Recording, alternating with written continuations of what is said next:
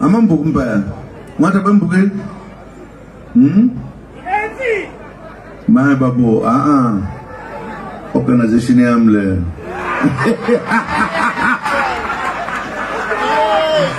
akeke ngixoxele why kuyami ngeke ngiphume mina kuyona ngoba ngathatha inqumo zokuthi ngiyolwa ngife ngifele inkululeko ngaphansi kwe-ANC isaphethwa abaholi abaqotho ababengekhona abantu abasola kayo phakathi kwabo ukuthi ba-wrong salwa izimpi kwafa abantu kwaboshwa abantu bafele emajele yonke into umlando omkhulu kabi lowo asikwazi ukuthatha lo mlando obaluleke kangaka bese siwunikeza igebengu sezoyiqhenya ukuthi ibona abalwela inkululeko ababengekho mina ke ngangena nasejele ngahlala 10 leminyaka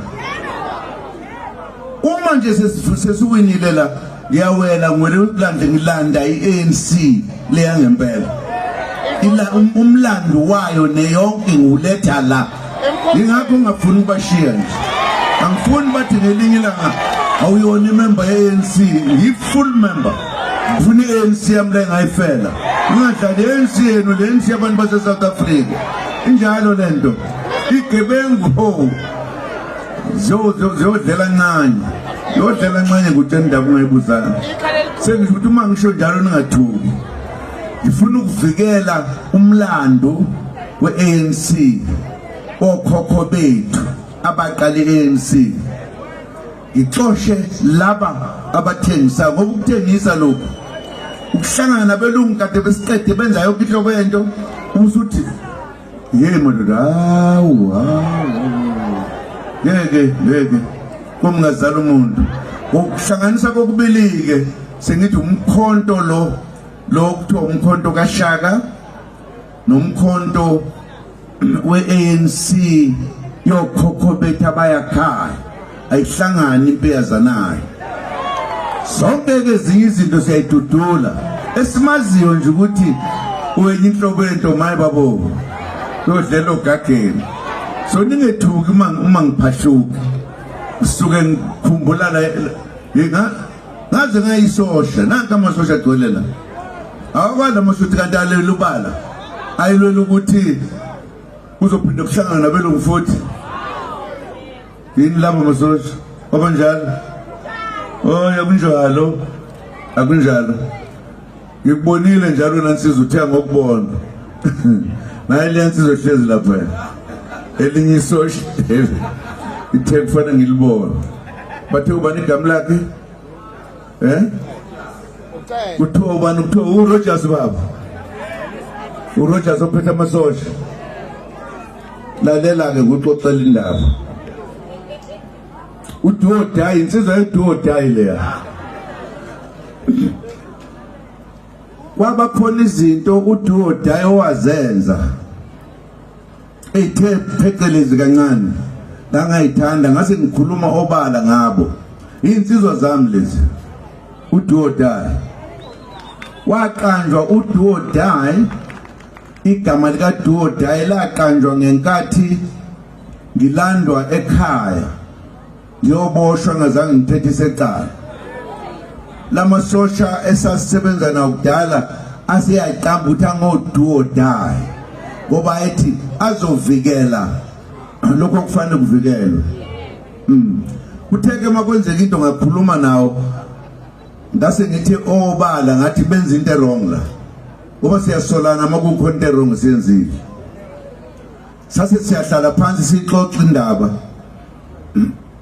sathi ngathi kubona ngamemeza ngathi uDuodayi lo uyaganga ngoba kukhona enani kwenze wrong akusho futhi kubona sase siyaxoxa ngathi wabona ke ngangasusi igama likaDuodayi ngangimkhuza ngathi qhubekani noDuodayi nenze lo msebenzi wokuvikela impi yenkululeko ayisekho lento ukuthi uDuodayi akekho wafukhona amasosha ami la uDuodayi amasosha ami la insizwa zami lezi ngaphandle kwazo ngeke ngaphila ngenkathi sisashaya i-underground sakha lomkhonto yizo lezi nsizwe engangiwakha nazo ngoba zazazi ukuthi ufuna ukwenziweni. Ngithena baqhubeke bakhuza abantu abagangayo, bakhuze nezimpimbi, kodwa ningabathi bakhuze. All right, phela ngiyabazi labo bahlakaniphe kabi, bangenza ukuba ngifuna ukuthi niyazi lonto ukuthi uDo or Die ukhona. Uma enikhuza nezi zinto eziphuma eceleni ningasho ukuthi akasekho uDo or Die, ukhona kufanele banikhuze. Siyezwana? Niyezwa insizwa? We mamo. Bafowethu bengithi ngichaze lokho nje ngoba ngabathembisa ngoba bathi abantu manje bathi akasekho uDo or Die. No, ukhona. Mawubheda nje bazokubamba eduze, hayi ukuthi bazokwenza itembu, bakubamba ngamandla. Hayi ukuthi bakubamba bathi sorry, but woza la wenzani? uDo or Die ke lo ezami lezo. Ngeke ngihlukane nazo, suka kude nazo. Ezinye sisuka kude kwaze le emankambini. Uyajabula manje.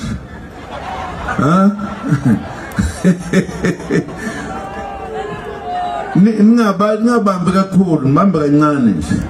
Ngaphandle amabebheda okwabo lokho akukhona okwami. Bafowethu asilwele izwe lethu. Kungaba ukugwala ukwehlula sesithole into engcono lenokuthiwa ukuvota. Singavoti thina futhi siphinde sivotela belungu.